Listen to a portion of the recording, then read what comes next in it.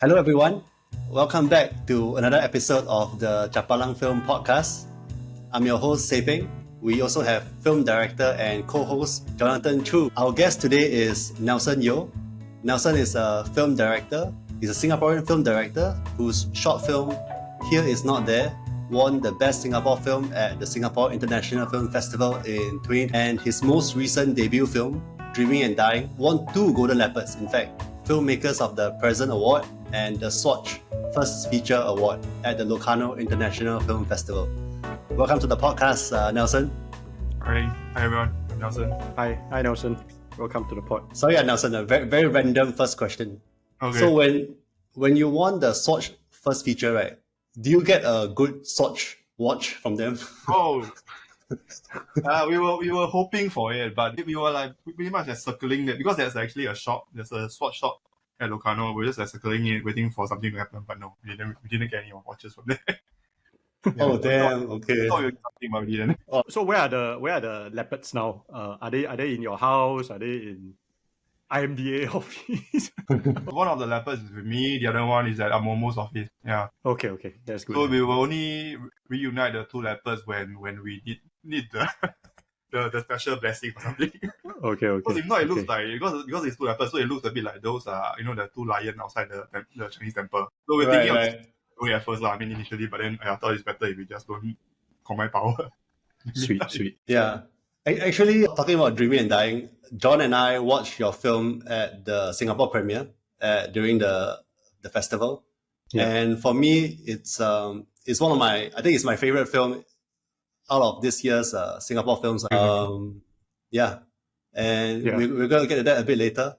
Yeah. But I think to kick off, right, maybe you could just share with us how you got your start as a filmmaker. How I got my start? So I actually began as an animator. So I studied for about 3 or 4 years at Nanyang Poly, studying animation. Then after that, I think I went for my reservist. Then it was around that point when I was doing animation that I thought that all the while since I was a kid, I really enjoyed watching movies and films. So it was something that always been on the back of my head, whether I want to do animation or films. But then I think at that point, I decided I wanted to go into film. So after finishing my national service, I went to NTU ADM, Arts Design Media. So yeah, then after I graduate, I was lost. So there was this phase where I did a lot of experimentation. It's also because one of my earlier works, I think from ADM, was actually programmed in one of experimental film forum at Substation. So that was considered one of my first official film festivals. Before that, all my films were shown. Some of my films were shown at First Take. I don't know whether you guys remember First Take. Yep. Yeah. First Take. Then after that, so experimental film forum. Then I didn't know that I was making didn't know that I was making experimental film during that time. I thought I was just making a film. So I kind of got labeled as a experimental filmmaker. So my taste in things slowly gravitated towards something more experimental. Right. Works and I was pretty much working alone for a while. For a period of time, I was doing a lot of like experimental films by myself. And then I think it was around the time of one particular experimental film, Mermaid, So Contrary, that was made out of found footage and footage that I shot myself. And I think Sun, my current producer, really liked the film and decided we wanted to work together. So that was when we first started discussing about working together. So Mermaid was quite kind of a crazy experiment because it was around the same time as Here Is Not There. In fact, it was released around the same year. So when Here Is Not There, if I remember correctly, when Here Is Not There was showing in Singapore, Mary was in winter tour in Switzerland. Yeah. So it was around that time the 2 films were, because actually Mary was a result of my frustration with Here Is Not There. I mean, I was going through this phase where I was editing the film for a very long while, and I just wanted to take a break from it, and I started working on Mary. So I mean, it was released around the same time. Then one thing led to another. Then Here Is Not There won the Best Singaporean Short. Then I got the commission for Dreaming, which is a short film version of Dreaming and Dying. And one thing led to another. I mean, I would say that Dreaming and Dying itself is a completely accidental film. We didn't really I mean, it was just it's a complete accident, I would say. Right. Because from pre-production, from script writing to pre-production to where it is now, is I think only 2 to 3 years. So it's quite a short period of time. Yeah. But of course, my journey itself is almost a decade plus or so. Yeah. I know a lot of people might not know this, and somehow I'm aware of the fact that you used to direct this advertisement for UFM 100.3 FM. Hey. Yeah, this is a deep dive into your body of work. Yeah, and I remember that for some reason that was like somewhere in the early 2010s. Yeah, that was with Fiction Shaw. Yeah, that was your foray into TVC. Right after I graduate. Yeah, I was doing quite some stuff with Jiaming from Fiction Shaw. Doing some BTS stuff for some of the theatre productions, and then also I started venturing into multimedia projection for theatre. So this is something that I still do. Yeah. So this is my work lah. And then I started teaching part-time at LaSalle also. I also remember watching Wormhole like a long time ago at Substation, I think. Wormhole was part of was it a 48-hour film thing that era? Yeah, era. Then I don't know how I got involved. I think it was Chris and Vicky who asked me to be involved, and we decided to do something together. That was actually the first time I did that challenge. Yeah. Nice. Yeah. Actually, while you were in ADM, what kind of films were you exposed to? Like, what kind of films did you watch and really got influenced by? It was a good mix of everything lah. But I think all the while since I was a kid, I was very especially interested in Hong Kong cinema.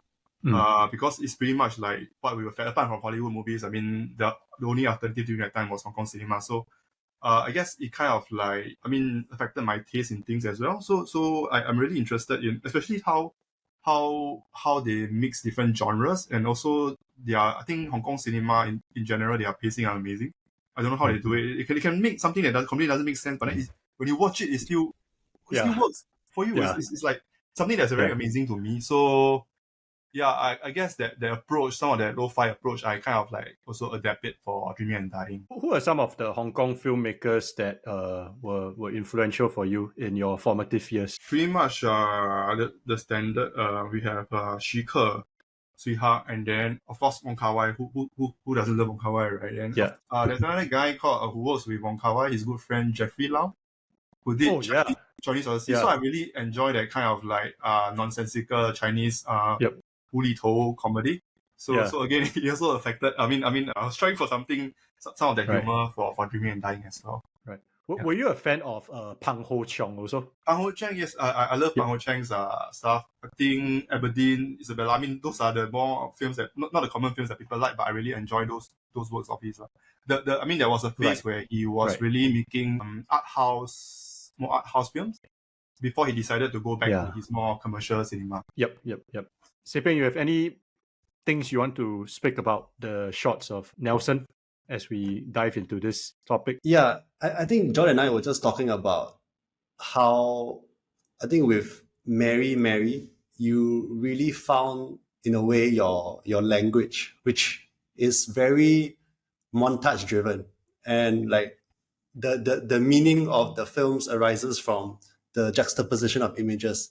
And here is not there seems to be like a odd one out, considering your like latest body of work. Just curious to know, like, when did this method of working come about for you? I think even for Here Is Not There, there were certain things that I discovered in the process that I really, really kind of gravitate towards. Some of the offbeat comedy that was in Here Is Not There. Not a lot of people actually appreciate the comedy that's in the film, but that was where something that I expanded on. And Mary, of course, started as I was very intrigued with the idea during the time of like making something small seems bigger and something bigger seems small. So I wanted to make a small experimental film, but then I decided that it'd be interesting to make the film in scope 235.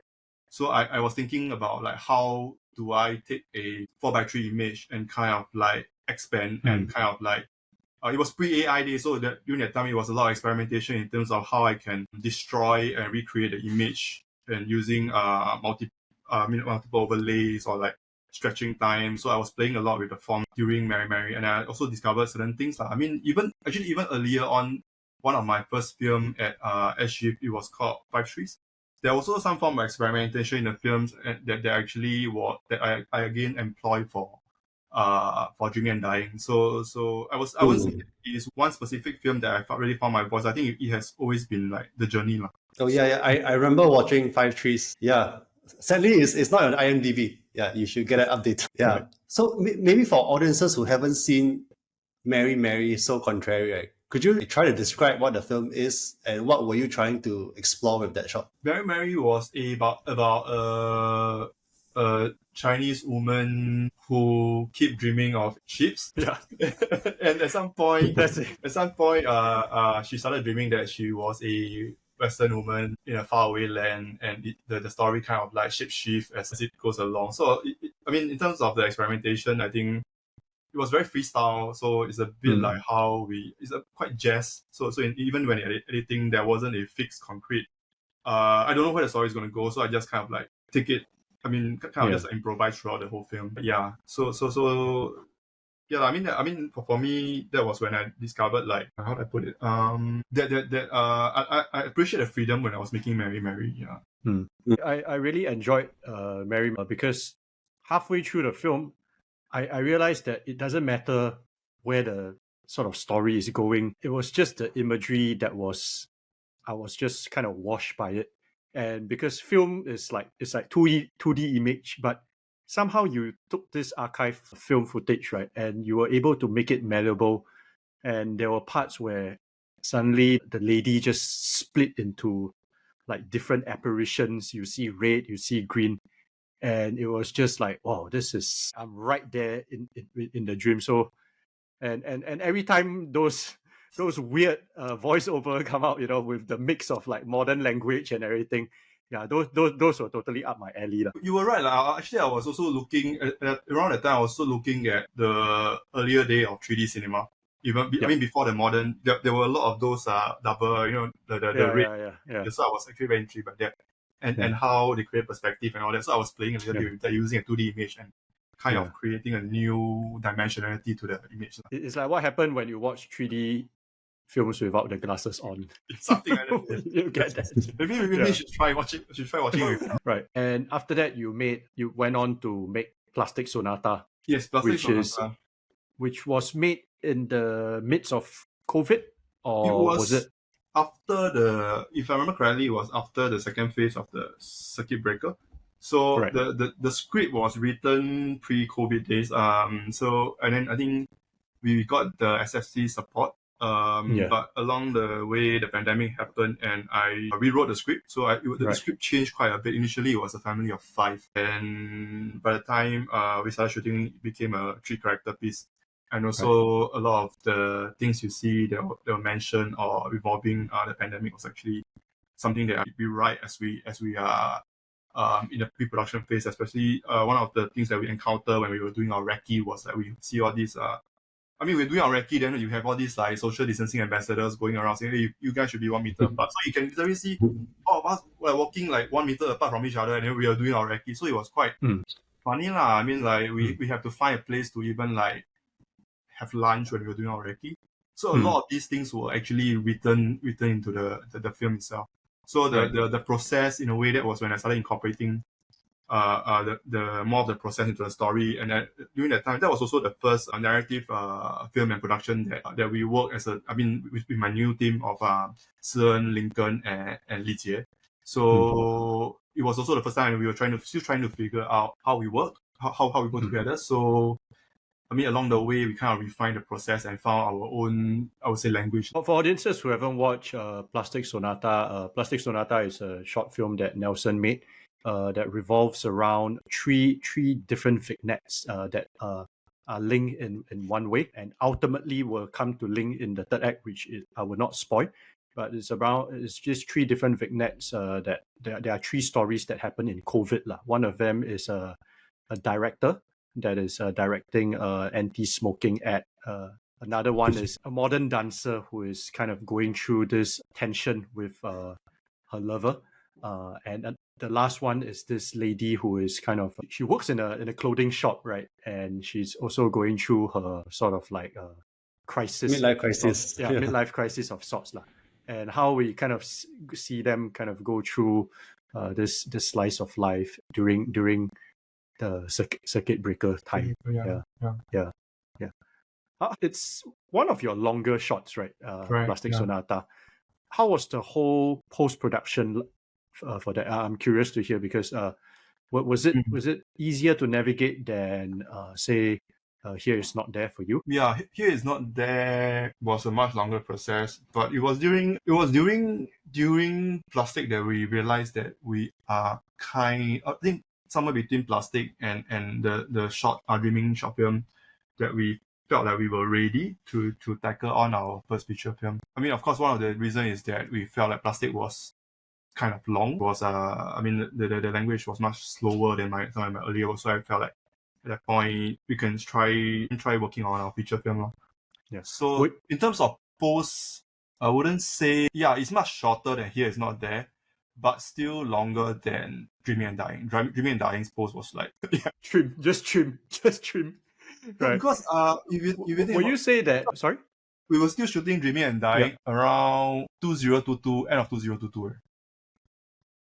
So we had about like almost like half a year before we have our Locarno premiere. So it was quite short. It was, I think, one of the shortest posts I ever had. Will you say that you are also using some of like while you're doing Plastic Sonata, you're also kind of using that experience to kind of test out some techniques or yes, we were definitely testing out certain things, but of course it's still, I would say that Plastic, in terms of the language, Plastic is still quite similar. Plastic's language is still quite similar to Here Is Not There, but we were trying to push the images more, play more with the spaces, right? And then so we were still trying to figure things out. It was really and especially everyone was a bit rusty after the pandemic, so it's not easy. I mean, I think it's one of the more difficult films that I've shot. I mean, we are both together. Yeah. So in what way did you push the image more and try to use the space more? We were experimenting a bit more with, of course, with wider focal length and playing with layers.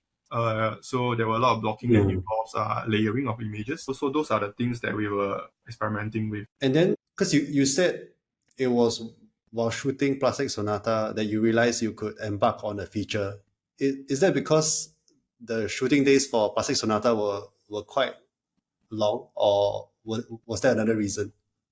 I mean, or is it because like the duration of Plastic Sonata, it came out to be 30 minutes, so you felt a bit more, I can get a 90-minute film?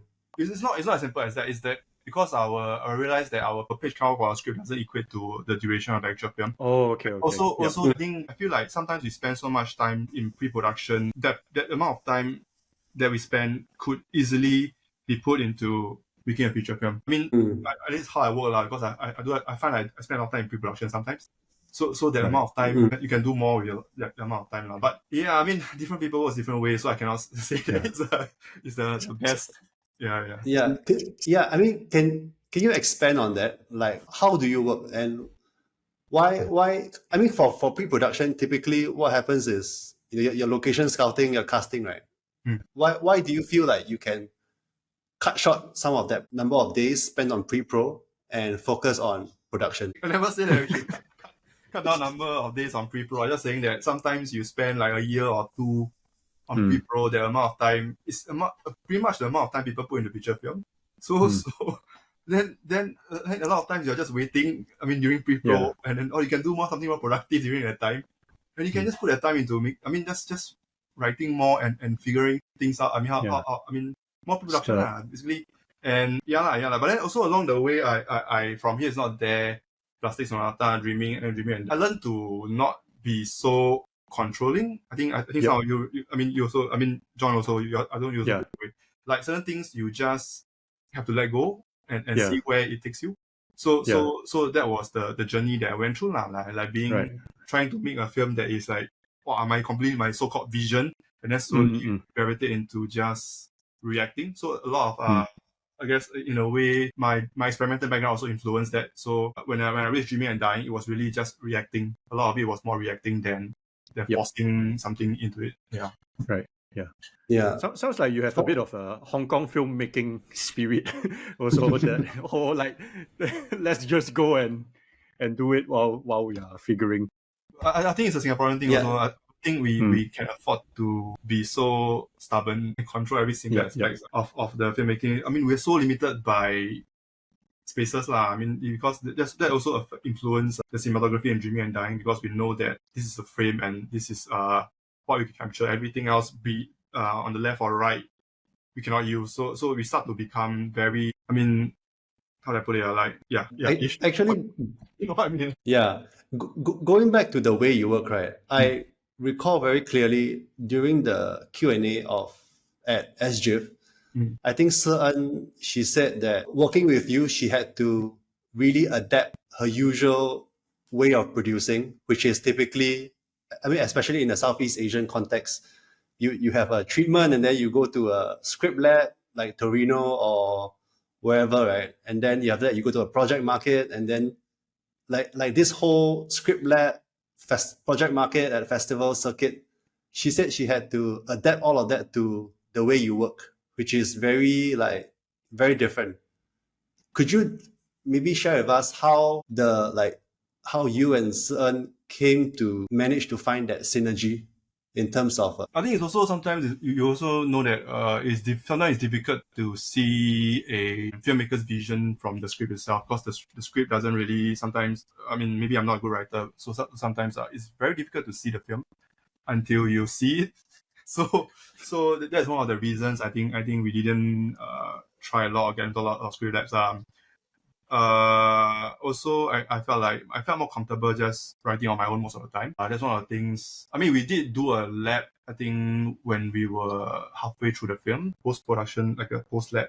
It was a first cut lab. So we tried that. And also my process is a bit different lah. So one of the things that really changed, one of the changes, so one of the things that can transform the script is our location writing process. So especially when we are working with real locations, so I'm very influenced by the space.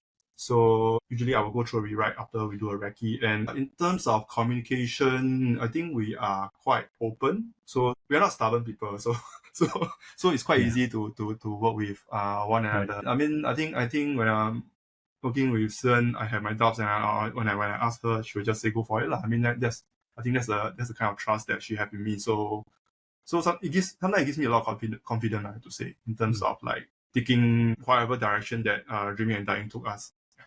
Yeah. Well, what you say about the director's vision, you can't see it until you see it, right? Correct. That's the most relatable thing for me, man. It's like, what do you want? When you see it, you will see it. Don't ask me so much. That's how I feel at times. It's like, don't ask me to present in a PowerPoint already.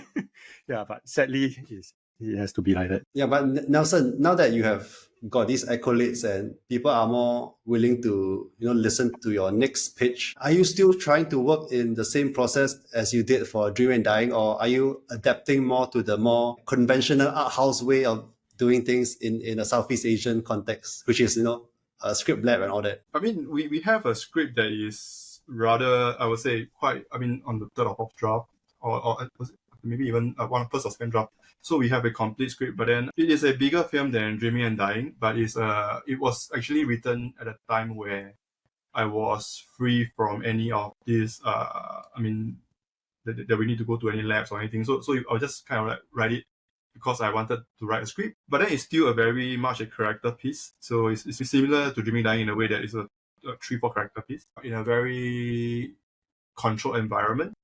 So I don't know how different, but then I think we still have our own ways of doing things, and we wanted to keep that. So this is something that this is going to be the next project. Yeah. Now moving on to Dreaming and Dying, we know you obviously started out with the short film Dreaming.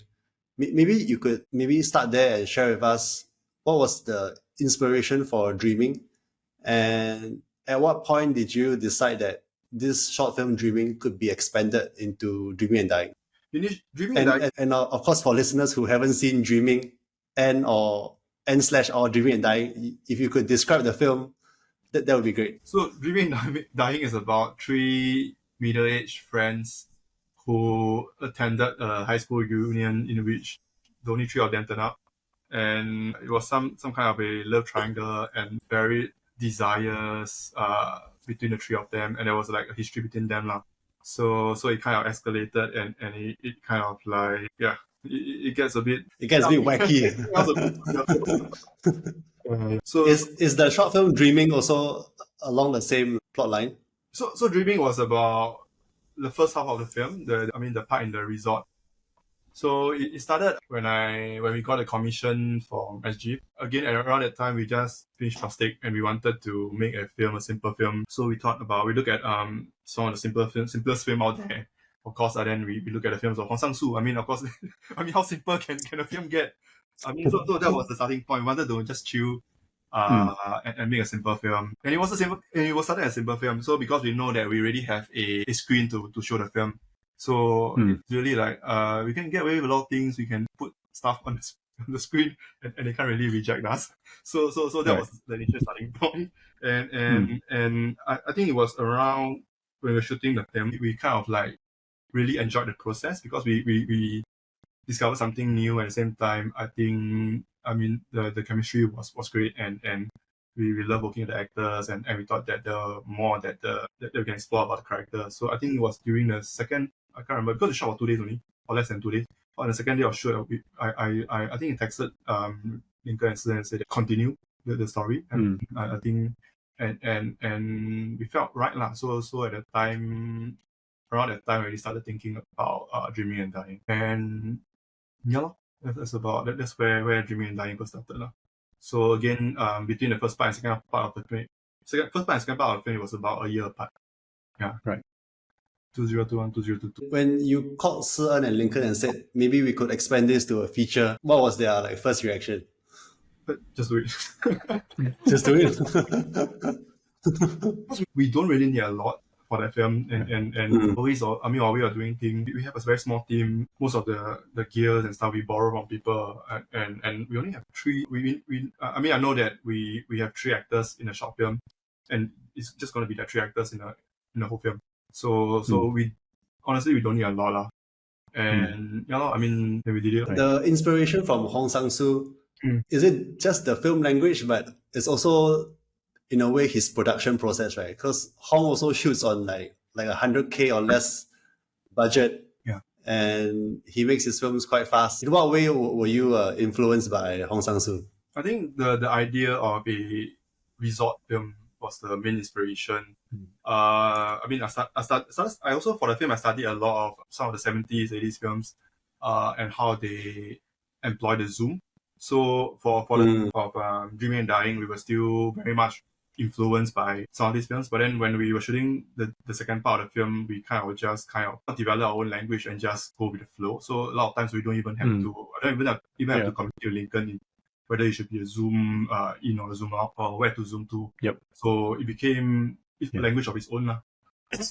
Yeah. Right. I remember around the time I was looking at films like. Actually, I was very inspired by one of my favorite films was Barry Lyndon. So I think the way we used the zoom in Dreaming and Dying was, especially for the first half, was more like Barry Lyndon in terms of like they were trying to. Stanley Kubrick was using a lot of the classical paintings as references and kind of like the approach was like someone observing a painting. So that was something that we wanted to explore. Yeah, it's interesting you say that because when we were watching Dreaming and Dying.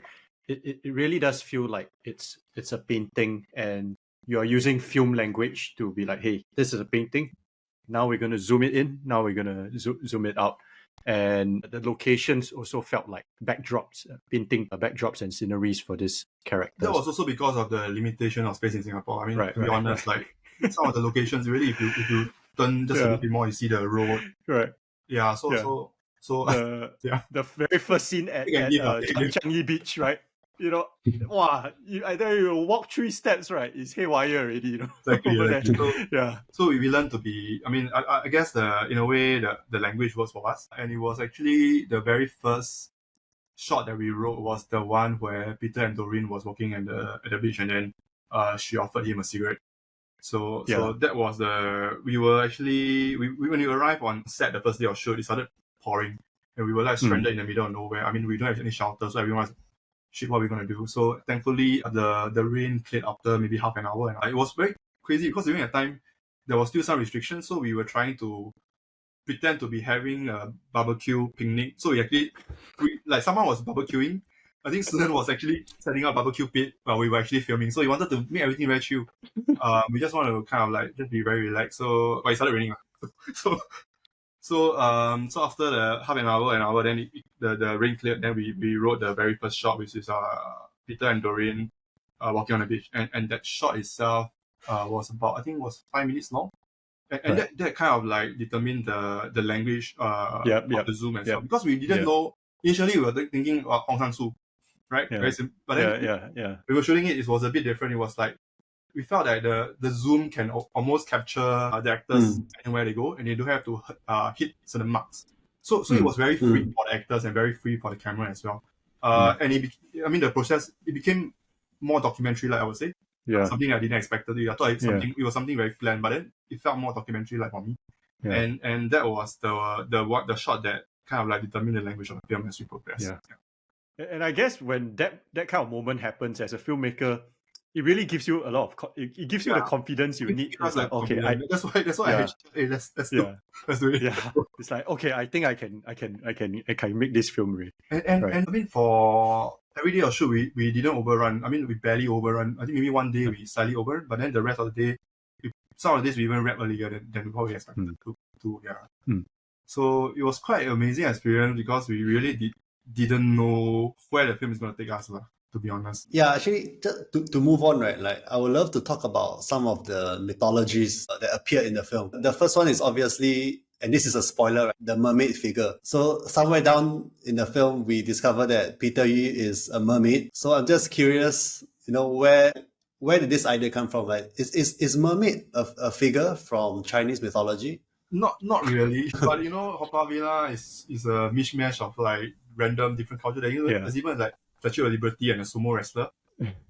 Oh, is it? I was researching a lot on Haw Villa because I knew I wanted to shoot a certain part of the film there, and it was during this research that I found the diorama of the Pasian, the Immortals, and of course when I was looking at the diorama, two of the side characters, the fish and the frog, they really intrigued me, and I think things are kind of just escalated and started off from there. I was very intrigued in terms of like their backstory, and also coincidentally there was like statues of mermaids at Haw Villa. So all this was unplanned, but then it just happened. When we were making the short film version, yes, initially we shot the scene with Peter in a swimming pool with the mermaid tail. So that was actually from the short film shoot, but we didn't include it in the final film because, like I mentioned before, when we were shooting the film, I know that I can explore more about characters. So that scene was deliberately left out. Initially, it was a very open-ended dream sequence because it was just like there was just this moment of the Peter as a fish, but then we didn't really explain the origin or the backstory of the characters.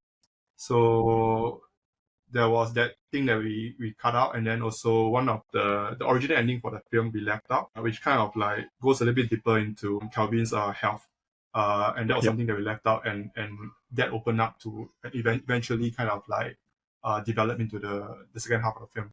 Right. For non-Chinese listeners, right? Can you describe who are the 8 immortals? Kwai Li is the crippled balding guy with crutches. I honestly cannot remember all of them. I only remember the China 8 version.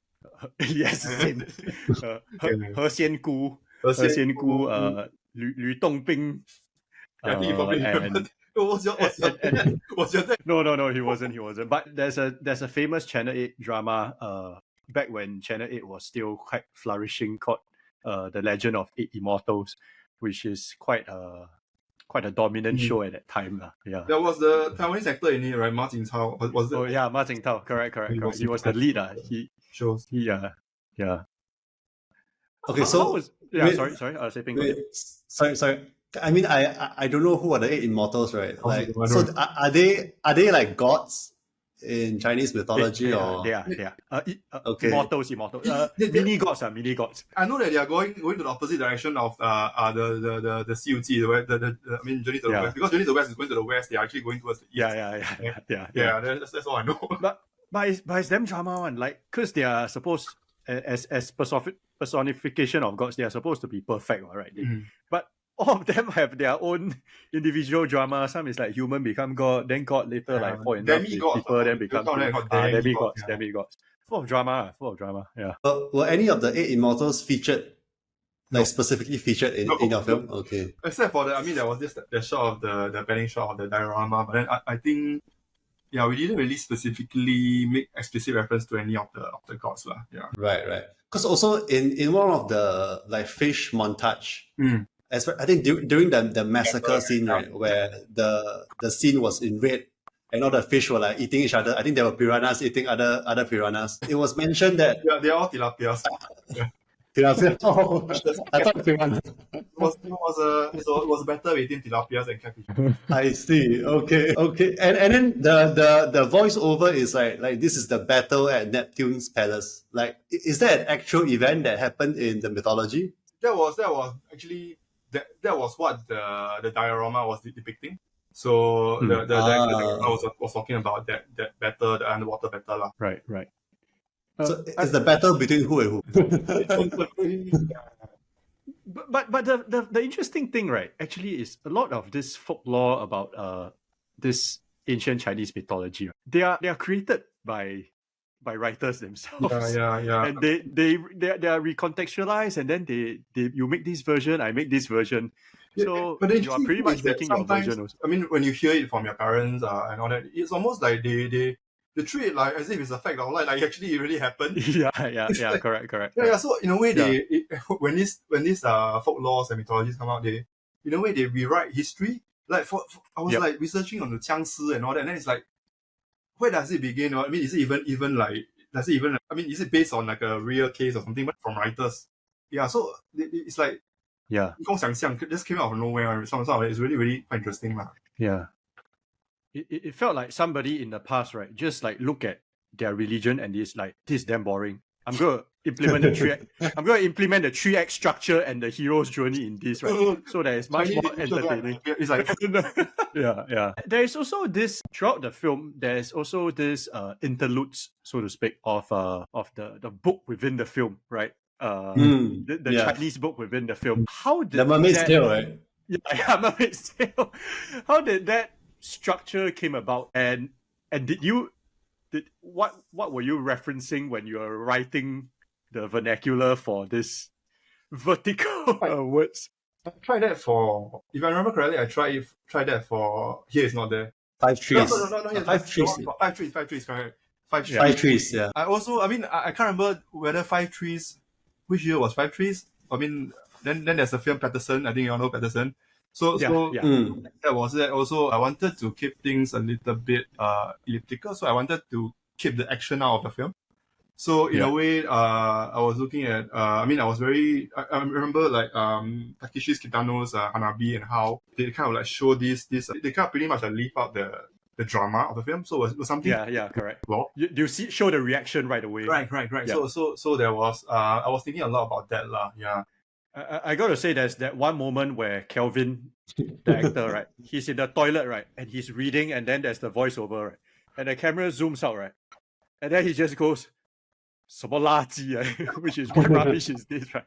And that's like my one of my favorite moments in the film, because it's like, on one hand, you are like framing to it, there's a form of seriousness, but it's also, it feels like you're also trying to tell people like, hey, this might folklore nonsense. We wanted to keep this sense of playfulness in the film. Yeah. I guess in a way, it's very much like Godard's earlier films where you always like questioning the film language and itself. And we always say that we are kind of like navigating that very fine line between high art and very lowbrow, trashy stuff. So it's very easy to navigate towards a certain side. So a lot of times it was like finding that line to kind of like travel lah. Yeah, that was something that we realized I think it was something that we developed when we were making when we were working together. Yeah. In fact, talking about Kelvin and favorite moments, I feel like for me, a lot of my favorite moments in the film has Kelvin involved somehow. Oh yeah, 100%. Yeah. He's the heart and soul. Can you talk to us a bit about working with Kelvin? Like what is he like as a person when he's not acting? I don't think he's a professional actor, right? He probably has a day job. But he has no formal like acting background or training. So he actually acted in one of Anthony Chen's short film Ama. Actually, he was in Ama. So the guy who cried in the car, right? Yes. So that was him. I only found I think when after we made Short Dreaming, so that was something that was quite surprising. But working with Kelvin, I don't know. The way he brings the humor across is quite interesting because in real life, when you're talking to him, he can be quite serious sometimes, quite proper. So whenever you see him bring across that humor, it's always that unexpected factor. And of course, the three of them came from very different backgrounds. So I think they have very interesting chemistry, I would say. Yeah. Yeah. I think he's one of our best actors in his generation. he's a local legend. He's 100% a legend. And there's also another moment in the film where I have no idea how this moment has to do with the entire film, but it's when they are discussing about cigarettes.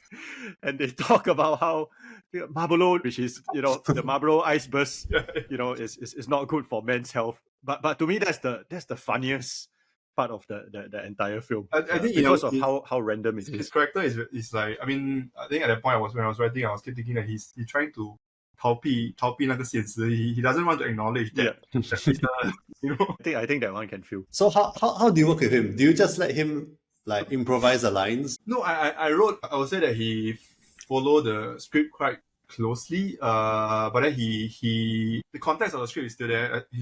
But he couldn't probably, because he's not a very strong Mandarin speaker, so a lot of times he have to kind of like say in his own way. So a lot of times he will be rewriting the script based on the way that he speaks. So that was one thing. And I mean the difficult part for him is probably because a lot of the scenes are long takes. I think the most challenging one was the scene in the cave, because that was really.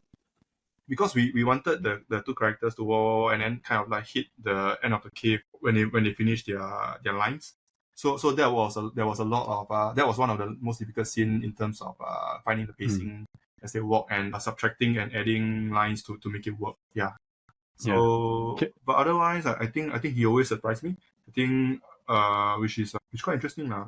But then I mean of course Kelvin is that surprise factor. Then I need someone like Doreen, who is kind of like the anchor of the film. And of course, when I was writing the script, I already knew that she's going to be the female character. So she was probably, if you want to watch the film, without her, the film would have been quite chaotic. I mean, it would have been really like I don't know. So she's the anchor of the film. Can I ask how was Kelvin's reaction, right? Maybe if you told him, the film, got into a festival or won a prize. Because most of the festival, Doreen went, is Doreen show up. And then even in the premiere, you see Doreen, you see Peter, but you don't really see Kelvin. So yes, I'm very curious what is his reaction. During that time, it was a pity that we couldn't get him to attend. But I think he actually reacted very closely to how my dad reacted, which is like, congrats. You did it. Good job. And then my dad was like, work harder. Yeah, I think we can talk about the editing of the film, which for me it's really like the make and break of not just dreaming and dying, right? But it feels like your filmmaking. Just now earlier we were talking about Merry Man. In Merry Mary and in this film, it just feels like the script writing process for you happens during editing. Like you write the script while in post. So like for you, how do you approach editing Dreaming and Dying? And especially some of the very intense montage sequences with the fish like near the end. For this, I was working with Ami for editing. It was the first film that actually I didn't edit myself. Previously, past Sonata, we wanted to try and I edited, but I didn't. So I actually took over editing in the end. For Dreaming and Dying, we worked with Ami. I think we were quite clear in terms of like what we want to achieve. In fact, I think I wouldn't say that I rewrite the entire story through the editing process, because our shooting ratio was actually pretty much everything we shot was in the film. So there isn't a lot of ways we can remake the film. it was it wouldn't have made any sense lah. I mean, there was some shuffling of the scenes, but very minor adjustments. A lot of the times was actually more like, how do I visualize certain things that you don't see in the script. Initially, the whole battle, the underwater battle, the Great Sea battle there wasn't any visual representation of it. It was only during the editing process that I wanted to try something a little bit more experimental. And I mean, initially I was like just like fooling around. Then I showed it to Sen, and she said go for it. Then I knew that okay, I'll just do what I do. Also, there was a lot of that lah. Yeah, but it's pretty much very close to the script that was originally written. Right. How was it? Okay, just because you spoke about working with Army in editing, just on the post side, because you also work with Eugene, who is also a close friend of mine, who is in this project post-production supervisor. Yeah.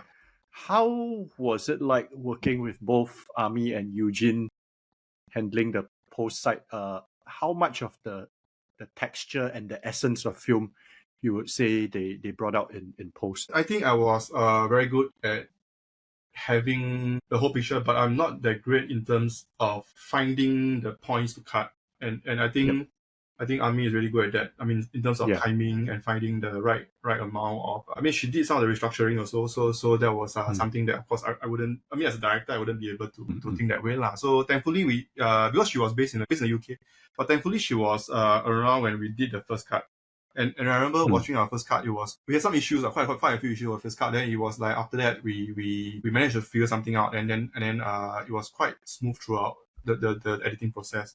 Of course, because I also like I mentioned some of the stuff about the fish battle and all that. Initially, wasn't in the film. So when I sent her the montage or some stuff that I've been experimenting on, we kind of like have to make it work for the film. So there was a lot of that. When I was working with Eugene, we were talking a lot about how we wanted to keep we shot on an old 16mm lens, right? So we wanted to keep a lot of the imperfection of the lens and aesthetic, the lo-fi aesthetic of the lens and the image. And throughout the whole post-production process, it was we shouldn't make it too perfect. It should always be be along the lo-fi aesthetic of the film that we wanted to go for. Yeah, there was that law. When you were reviewing the film, like before you picklocked it, did you ever like consider if audiences watching it for the first time, would they latch onto the story? Because I just to share with you, right, like me and John, we watched your film twice. The first time at the festival, and then the second time we watched it a second time because to prepare for this interview. Yeah. And upon watching it for the second time, in fact, the story feels very clear to us. Like suddenly all the intercutting between the different stories made sense. Like we could clearly like distinguish, okay, there is like roughly 2 or 3 overarching stories. But when you watch it for the first time, right, it was quite hard to follow because you were just overwhelmed by then suddenly there's this epic fish scene. And the intercutting it was hard to keep up with the different. So just curious, in the post process, did you try to make the story more followable? Or was that something that you just like screw it? Let them figure it out. Or maybe make them watch a second time, then they'll figure it out. We didn't. Okay, first of all, we also didn't really test the film much. Once we have a cut or anything, we did show a few people. I mean, we got good feedback, but we didn't really cater that much to the to the audience lah. I mean, also recently I've been thinking a lot about this issue, like this thing about like how. Because I teach at SL, so I also know I think the way we see the way the younger kids see cinema is like how we see theater and some of the other forms. So I think. Sorry, what do you mean? Can you explain a bit more? I think cinema has reached that maturity that perhaps is no longer for the mainstream audience. So for me, I wasn't concerned about audience understanding of the film, and also because. I mean, in the end, you cater to the audience for that one moment you'll regret for your rest of your fucking life. Sorry. Right. That's what I was feeling. Yeah. That's what I was regret. Yeah. I mean, I have to live with it. They don't have to live with it. They don't like the film. They can just forget about it. But I have to live with that. can you imagine living with that? Like, why do you make that decision in your life? So I think that is too important. Understand that. It's so independent. The film is so independent that I don't feel like I need to xiao dai. Yeah. Speaking of audiences, right? Because the film traveled to so many places, right? First at Locarno, and then it went to also Golden Horse in Taiwan as well. And then, of course, there's the Singapore premiere, right? I suppose each of the audiences in different countries, they have very different views and different kind of interpretations of it. How did you gather their responses? How did they respond to the film, the story? I think the most difficult audience or market to tackle is some of the Chinese film festival markets. I feel like I don't know, it's because of the films they are accustomed to. So they were expecting something a bit more clearer or a bit more like narrative driven, more. So they're more close-minded, I would say. So they wanted a lot of explanations, and during the Q&A, a lot of times they are actually asking for clarification. And I mean, as opposed to the European festivals, I think Singapore Film Festival is still okay. I mean, I think they didn't really, yeah. So it was. I think that the Chinese film market or scene is more difficult to. Right. I don't know where do you ever read my film is like in terms of like this big. Do you ever read letterbox reviews of your film? Yeah. I mean, it's quite.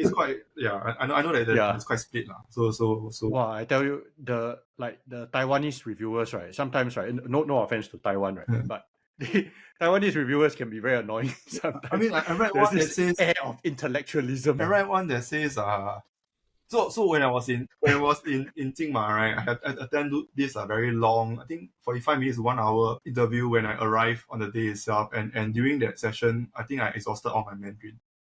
Wow, they really, but it was I have to say that when I read the article, it was a very well written article. They really, I think really analyzed and studied the film, so that was great. Yeah. But I also read one, I can't remember Letterboxd or Topan review where they say that we were doing money laundry, we don't even have lah. Yeah.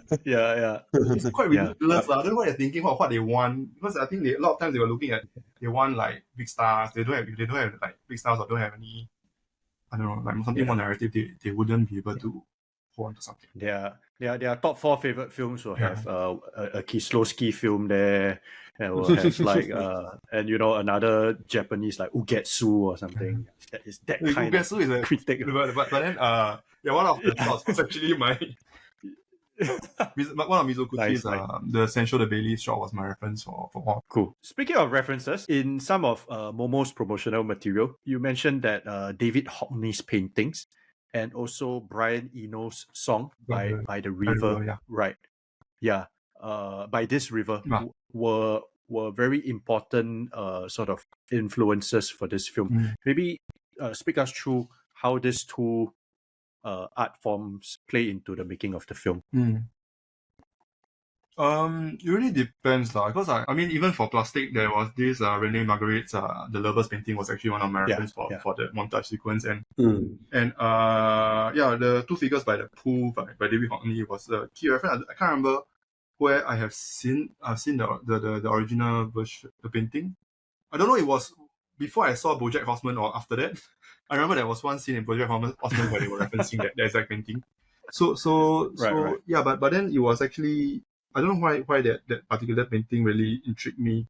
We wanted to capture that specific shade of the blue of the swimming pool, that kind of tropical blue, and it was something that I think Eugene also was trying to recreate. Then Eno's music, it was, I think I was listening to it quite a bit during the production, and it was something that really I really felt the two characters were going through, especially the lyrics. Nice. It really tell what the characters were going through. Of course, I don't know whether it was in Chinese literature or something that they can always compare river to memories, and how it always like goes in different bends and curves, and how it's never straight, and it's never like how you may be standing at the same spot, but the river is always moving, something is always changing. So that was how we wanted to approach the structure of the film.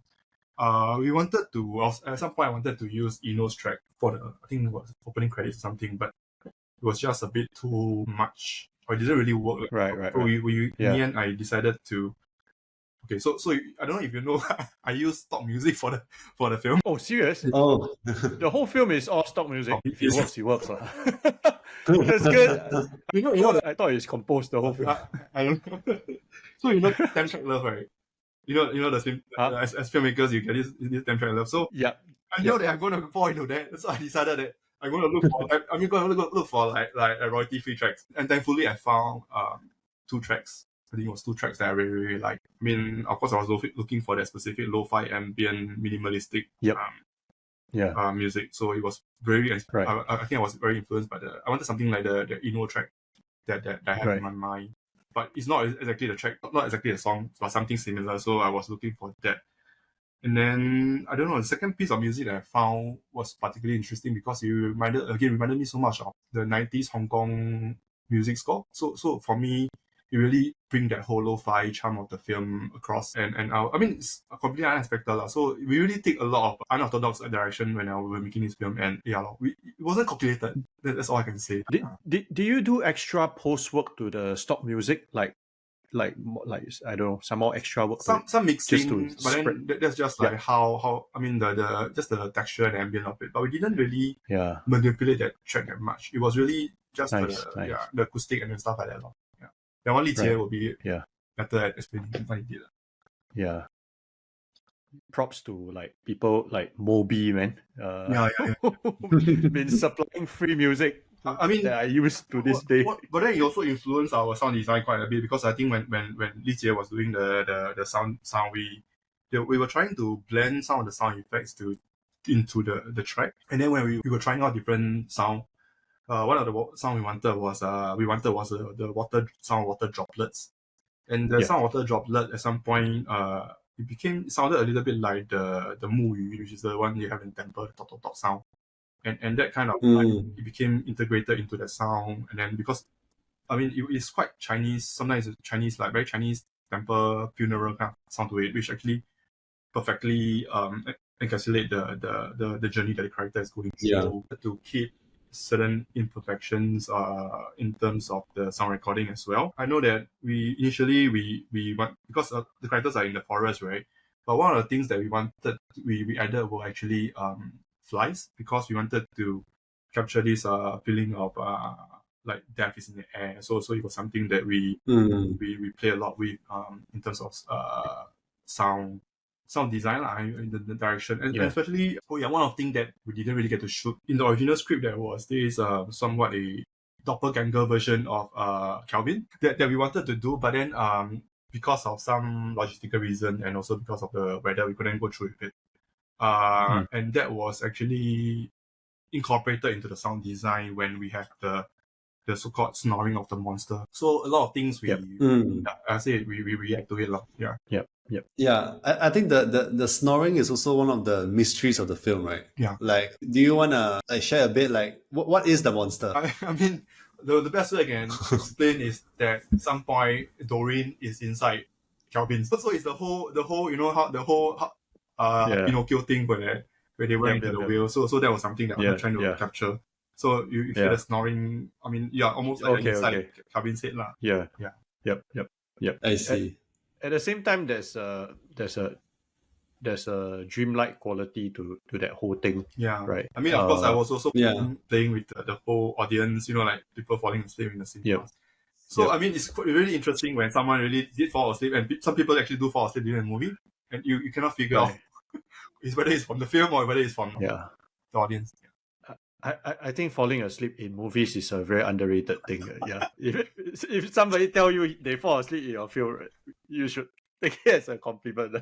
The thing you mentioned about David Hockney's painting, I think it's a great thing, because when we watch it, right, we did not think of David Hockney, but now that when you mention it, then it's like okay, which I think it's the best way to reference art, because it's like, okay, we are not here to completely do it like a pictorial recreation of it, but more like the essence and the feeling of it lah. The colors were a reference for it's like Anna as well when she was doing the Mm. the art for the film in terms of like finding the wardrobe. And I mean it's always that, I mean when I was studying film, I wasn't that interested in other aspect of arts, but then I realized that it's super important.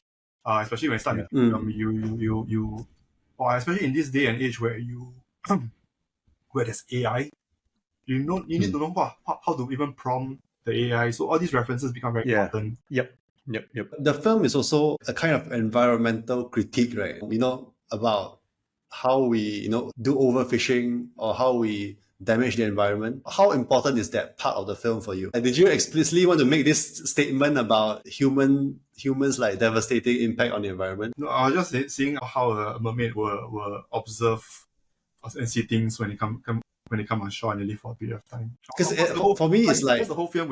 I mean, our carbon footprint and everything is quite low because we have such minimal setup and everything. So that was, I guess that is in line with that. Right. And just curious, right? To go back to what you said just now about film students, like or the younger generation seeing cinema in a different way. How do you think they approach cinema from their vantage point? And how is it different from, maybe our generation? They, I mean, honestly, because I also teach like some video electives, and then the first thing they're always interested to learn is how to edit. So they don't see the mise-en-scène, they don't see the image, or they don't see that anymore. They only see the cuts. And that, of course, is very influenced by TikTok and all the I mean, so it's quite tricky to I don't even know how to like cultivate like. I tell you how you can connect to them with your film. You take stills, right?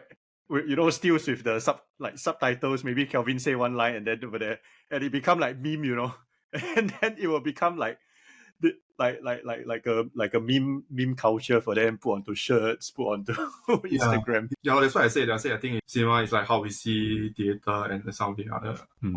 It's very. I mean, it won't die, but I think it has reached its maturity and it's a bit. Different now. What do you teach them, the students? I mean, because it's a video elective, so it's very basic, like from how to shoot. I mean, I go through everything, but in a very basic structure. For this semester, I mean, I still have some students who are actually still, quite a few students actually from the last semester's batch I taught. They were actually quite genuinely interested in cinema because I think they know the impact of it. And quite a few of them actually went for the Dream and Dine screening. I want to ask you about the concept and idea of dreams because it feels like something that you explore quite a lot in your shorts and your films. How important is dreams to you? What is the role that dreams play in your films? Because I'm also very driven by images. So whenever I start writing, it's always image first and then trying to make sense of the image. So a lot of times it's a little bit like how you dream and when you wake up and you try to make sense of the dream. Sometimes it makes sense, sometimes it doesn't make sense. But then it's also you can also make something that you don't make sense, that doesn't make sense. So I do like that kind of film that put you in that zone where you are not sure whether you're dreaming or so I guess in a way I think that is something that is also unique about cinema that you cannot really experience through some other art forms. Maybe music you can to a certain extent experience that. Okay. So with this, we are going to move to the last part of our podcast, which we will do a quick fire round where we ask our guests a series of questions. Some are choice questions, some are just open-ended questions. So our first question is, what is your favorite Chinese myth? Chinese what? Myth. Myth, Yeah. It has always been Journey to the West. I think Journey to the West, if you watch the original 80s version, the way they use the zooms, you will believe that you're actually there because of, if you watch it, it's like watching Net Geo. It's like it feels so real. I don't know why. I don't know why. You really have to watch that version. It's like, are you a fan of the TVB versions, in the late 90s? Much, because I mean, I'm born in the 80s, so I actually grew up more on the original China 1980 something version. That was the one that right. Yeah, I remember that quite dearly. It has a very offbeat kind of texture. I think the whole underwater fish battle was completely influenced by some of the underwater sequence, like how they shoot through the fish tank and kind of texture that we wanted to recreate. Cool. Okay. Next one. Because reincarnation seems to be one of the themes of the film, right? So if you were to reincarnate, what animal would you want to be reincarnated as? Dragon, If you not choose an If you animal. talk lah. about from Journey to the West, I guess, does it qualify or have to choose an animal? Sorry? A dragon? Oh, okay. Can. Dragon is good. Yeah, Dragon I is good. can't think of anything else. Before our next quick fire question, right? You talk a bit about reincarnation in Dreaming and Dying. Reincarnation. Is that something that you were explicitly trying to reference when it came to, all the different characters, like repeating the lines and trying to suggest that they are connected in a previous life or past life? Yeah, it's something that I'm always interested in because of course of my upbringing and my background, and also the sense of deja vu that we're trying to capture in the film. Because I mean, you always, I mean, it primarily come from the idea that perhaps something happened in your life and you wish that you have done things a bit differently, and you want to. I mean, you kind of just sometimes certain things just keep playing back in your head lah.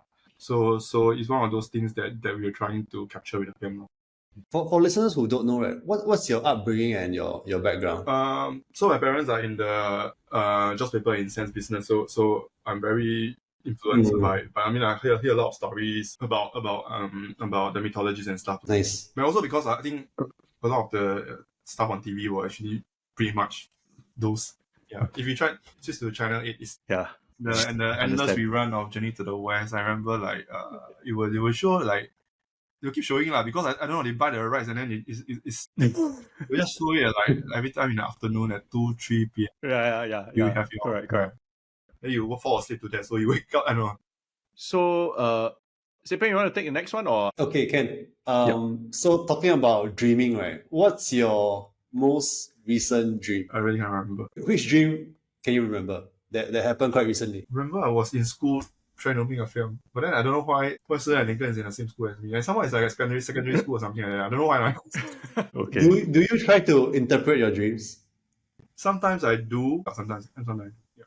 But Yeah. I mean, it sometimes it makes sense lah. I mean, how you have certain dreams.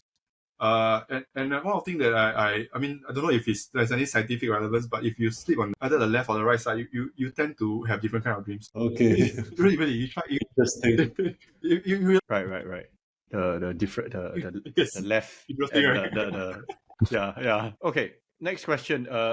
David Lynch or Leo's correct? David Lynch, but I think Is there any David? Yeah. What? I mean, he's my sifu lah. So I think I think I really like the way his film doesn't make sense on a narrative level, but it's really driven by a different logic and I guess dream logic. And also I mean the way he uses images and sound is just very different from everyone else. Yeah. Sipeng Which and is your favorite? Sorry. Yeah. Which is your favorite? Which is your favorite David Lynch film? I mean, And why? If you're a hardcore David Lynch fan, then you'll say Twin Peaks lah. But then, if I pick a movie, then I will go for either Mulholland Drive or Bluebell. Nice. But I think we went to watch the Twin Peaks, the Fire Walk with me on the last day of as chief. Yeah, that was quite a banger to end off with. Okay. Next one. Sipeng, you want to take that? Okay, Ken. I'll take one of the questions below. Who is your favorite contemporary painter? Okay, so this one I honestly cannot answer. I mean, the part from Hockney, but I do look at a lot of like color photographers. Nowadays, I'm actually quite interested. But they're primarily from the 70s, 80s. People like William Eggleston, Stephen Chow. So I'm very intrigued by the way they use color.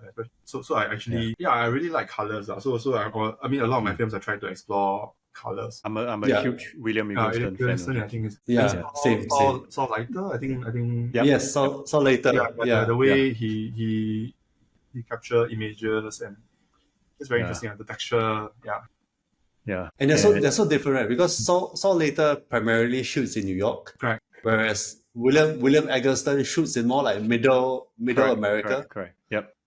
And the texture of their colors are so different, right? Like Saw Later, his images are very soft and almost a bit romantic. Yeah. Whereas William Eggleston's color is like vibrant and in your face and trying to capture the how do you say like the intensity of Middle America. Yeah. I think we were looking at some of that for Plastic Sonata in terms of like we wanted very strong, vibrant colors, and we also had a bit of Eric Romer's film for Plastic also, because the way he uses color is also quite interesting. Yeah. Okay. If you were to make a film about one local historical figure, who would you make? I have this political or non-political. I have this. So we saw your short film about William Farquhar. That one is great, man. A three-way dance between Farquhar, Raffles, and Sunny Utama. Nice. I won't spoil the story, but it's about the three of them. Wow, you should do it. You should do it in the mode of dreaming and dying, and they are just three of them finding each other in the island or something. Yeah. They all reincarnated on like Pulau Ubin or something. Yeah, it's like a alternate history kind of thing. Yeah, I think it'll be quite interesting. Yeah. Then it's like those kind of English like writings instead of the Chinese novels. It was a fine day. Yeah. Okay. Okay. Yeah. Next one. Saving one. Yeah. The original question is Bob Dylan or David Bowie, but I think I'll ask: do you prefer Brian Eno or Ryuichi Sakamoto? This one is asking. I think Eno puts me in a special zone. That Sakamoto's. Not all his tracks can put me in that zone. Yeah. I think for Eno, I can play some of his tracks on loop and listen to his albums on loop. Nice. So, Bob Dylan or David Bowie? Used to be Bob Dylan, not David Bowie. I think Bowie is. Right. Why? Because Bowie works with Lou Reed, and I love Lou Reed. Okay. Okay. And because Bowie is also a great actor, right? Yeah. Bowie is a great actor, man. Yeah. And his son is a director. If you have to make a film that is predominantly about children or animals, which one will you choose? Hybrid of both. Just take both evils, both cinematic evils, and mix it together. Yeah. Right. Yeah. I think it'll be interesting. Okay. Yeah. The next question. Since this is Hong Kong cinema, John, do you want to ask?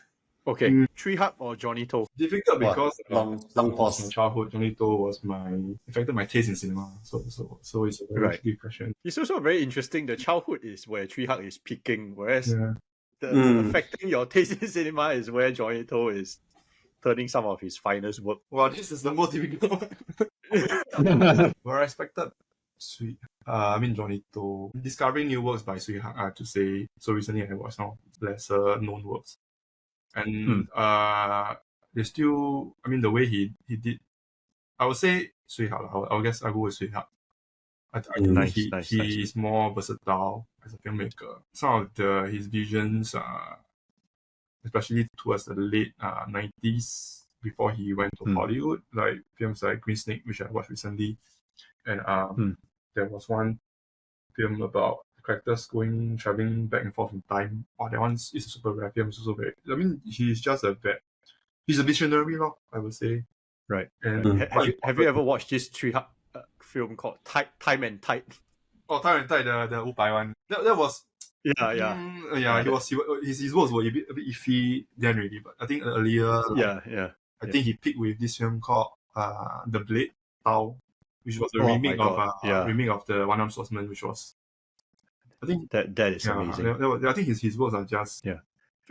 What's your favorite Tree Hut film and favorite Johnny To film? For Tree Hut, it would be, I think, The Blade. The Blade is one of his masterpieces. But then, the one of his films that he produced, New Dragon Inn as well. That was a very, very good film. What else? Before that, he did. But one of the battle scene in Dreaming Dying was partly also inspired by the battle scene in Zulu, the Magic Mountain, the red and the blue soldiers. Initially, we wanted to include one of the sound, a couple of dialogue from that film, but in the end, we decided we remove it in the end. So that was a great film.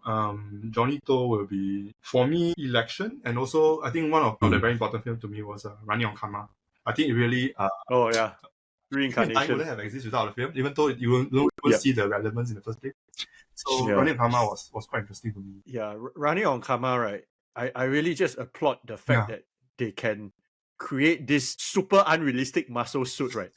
They took a look at it, right, and they are like, screw it, let's just do it. Right. Let's just put Andy Lau in that, and you will accept it You don't like? That's your problem. It's supposed to be like this big commercial film with Semi Cheng and Andy Lau, but then the topic takes such a dark twist in the end that it becomes like this whole film about karma and Buddhism, and it's like, I mean, what the fuck that is. Yeah.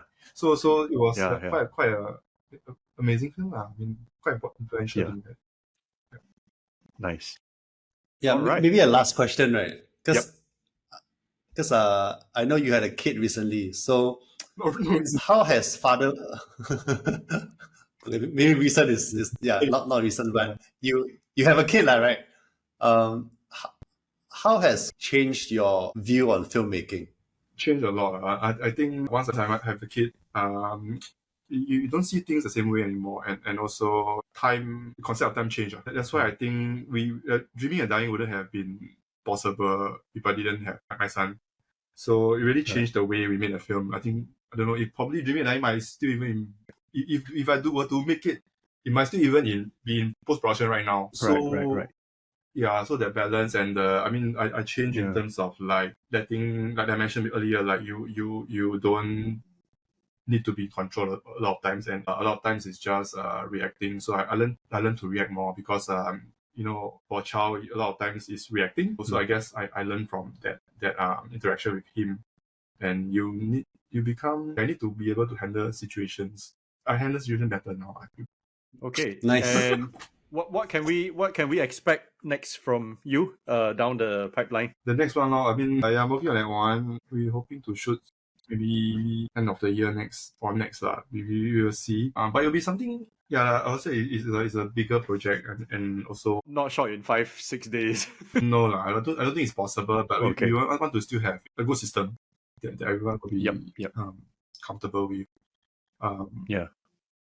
Yeah. I mean, something that we wanted to have to do lah. So hopefully we will get to make a film soon. Yeah. It's really completely unrestrained, and I mean, for that project, I would say that I've been having rejections from that project since I think when I started writing it was about 2005. Then it was just like reject. Only recently there is it pick up some momentum. Yep. Right, and maybe to end off, right, like why do you make films, Nelson? Why did I make film? I mean, the first instinct, I mean, the I think is to make the kind of films that you don't see and you want to. I mean, you yourself want to watch. I think that's the most important thing. You know that that's important. I wish this film existed, and you try and make it lah. Right. That's the most important thing. Yeah. And then of course I grow to appreciate the process and the people working with the people involved. I mean, I love to be on film sets. Right. Yeah, Siping, sorry, you had one more point to add. No, I want to ask as a follow-up question. Then why do you wish your kind of films, like why do you wish you want to watch the kinds of films that you make? Sorry, the question. Why do I want to watch the? Because you said you make films that you want to watch, right? So why do you want to watch those kind of films? No, it's just like I wish that this kind of film existed, or this kind of film. I mean, this film exists lah. So I make it. I realize it. I make it happen, and and also I think it's really the process. I think I enjoy the process much more now, especially for Jimmy and Dai. Just one more small question I want to ask. Also both as a filmmaker as well, because I think about this all the time. Are there any filmmakers, right, where you are like they are your absolute heroes, right, and you aspire to be them so much, right? But somehow you realize the films you make, right, go on a complete different trajectory. I can name you at least like 3 for me. People like Paul Thomas Anderson is like at the very highest together with Scorsese and Coppola. But I end up making something that is like on the opposite spectrum, and sometimes I'm just like, why is it like that? Why can't I be Johnny To? Why I can't make this formalistic film? I get what you mean. Like for example, Edward Young. Oh yeah. Okay. But I do learn something from his cinema, like in terms of the pacing out dialogues for long takes and stuff like that. Chapalang, of course, I wouldn't be able to make a film. He is because the China that he did going through so much changes that in Singapore didn't really went through. So I mean, filmmakers like this, the people you aspire to be, most of the time you cannot turn out to be. Your work and your sensibilities actually closer to. Well, no, I don't know. Because I tell Sepeng, right, that actually, right, who I am actually, right, I'm like the late great Nora Ephron, who made films like You Got Mail and Not- Sleepless in Seattle Oh. rom-coms. Yeah, it's like I think that's where my style is closest to, right? Even if I aspire to be like, Johnny To and everything. Yeah. Interesting. I can't answer the question because I think also I don't adapt to a certain style. I think every film Right.